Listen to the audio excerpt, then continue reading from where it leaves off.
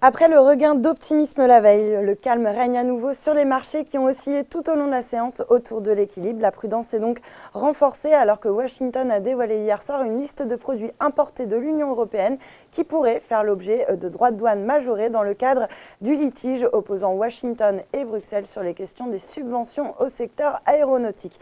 Dans ce contexte attentiste, le CAC grappille 0,16% à 5 576 points. Côté valeur, Carrefour signe ce soir l'une des meilleures performances sur le CAC grâce à Barclays qui rehausse son objectif de cours de 17,50 € à 18,20 € sur le titre tout en maintenant son conseil à pondérer en ligne. Les analystes justifient leur décision en expliquant que le profit opérationnel français du groupe est susceptible de bénéficier de vents favorables au premier semestre grâce au programme de réduction de coûts et à l'impact positif de la nouvelle loi sur la distribution.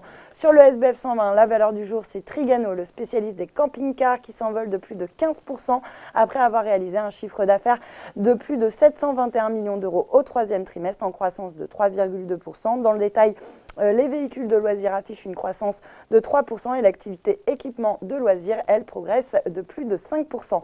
A l'inverse, Technip FMC redonne du terrain dans le sillage des replis des cours du pétrole. Le groupe parapétrolier a par ailleurs accepté de verser 265 millions d'euros aux autorités américaines et brésiliennes dans le cadre d'un accord de règlement sur fond de suspicion de corruption au Brésil. L'Oréal se distingue à la hausse. Le marché applaudit l'annonce de l'entame de négociations exclusives avec Clarins afin de racheter les marques Mugler et Azzaro.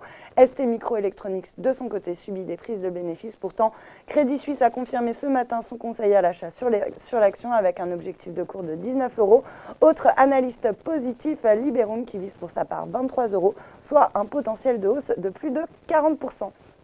Voilà, c'est tout pour ce soir, mais n'oubliez pas, toute l'actu éco et finance est sur Boursorama.